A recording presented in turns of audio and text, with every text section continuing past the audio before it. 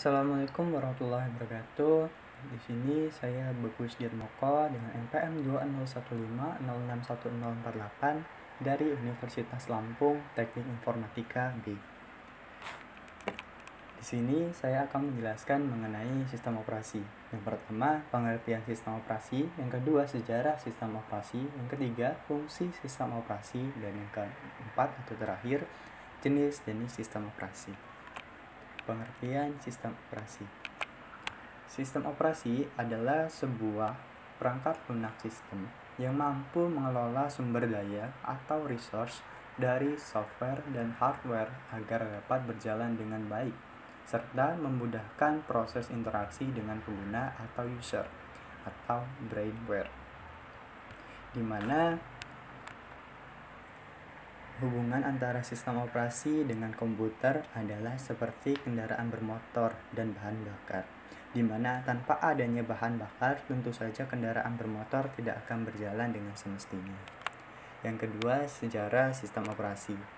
Sejarah sistem operasi yang pertama pada tahun 1945 sampai dengan 1955. Pada generasi pertama ini merupakan awal terciptanya sebuah perangkat komputasi elektronik yang mampu menggantikan peran sistem komputasi mekanik.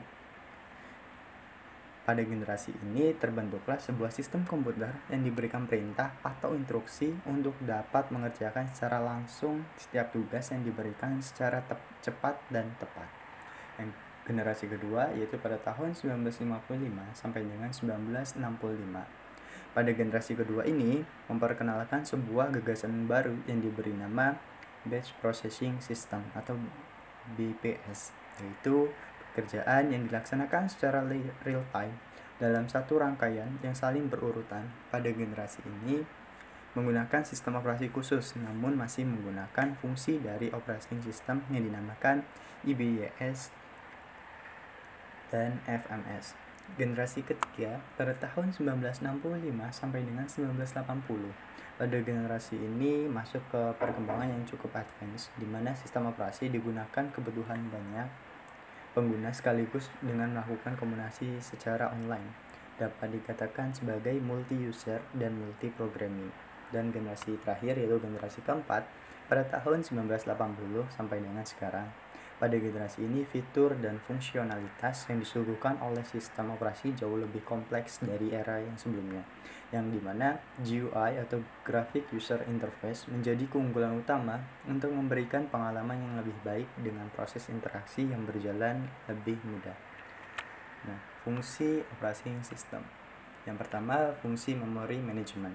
Fungsi memory management ini terbagi menjadi dua fokus utama, yaitu primary memory dan main memory, di mana primary memory merupakan kebutuhan penyimpanan yang diutamakan seperti RAM.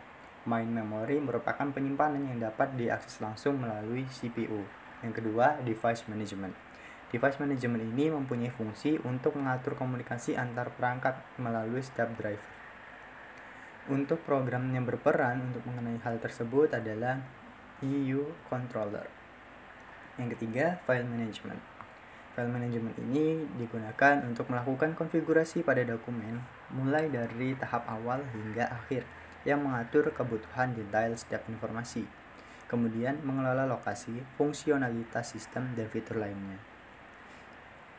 Nah, fase ini disebut dengan file system yang biasa dimasukkan ke dalam direktori pencarian untuk memudahkan penggunanya. Dan terakhir, proses manajemen. Proses manajemen ini mendukung proses multiprogramming untuk menentukan fase yang mana menggunakan prosesor dalam jangka waktu tertentu. Yang keempat, mengenai jenis-jenis sistem operasi. Yang pertama, Batch OS. Batch OS itu merupakan sistem operasi yang dapat menyatukan beberapa pekerjaan sehingga menjadi lebih cepat terselesaikan dan tidak terlalu berat untuk implementasinya.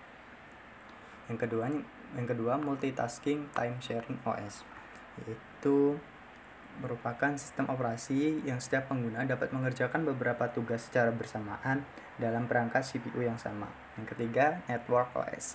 Network OS ini berperan untuk mengatur data, keamanan, user, dan fungsi dari networking itu sendiri.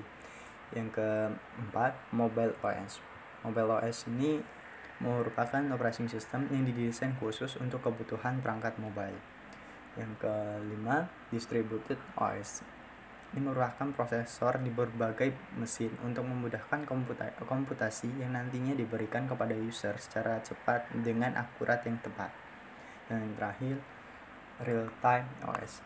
Real-time OS ini dimana interval atau jarak waktu pemrosesan dan respons input yang kecil. Sekian yang dapat saya sampaikan. Saya akhiri. Wassalamualaikum warahmatullahi wabarakatuh.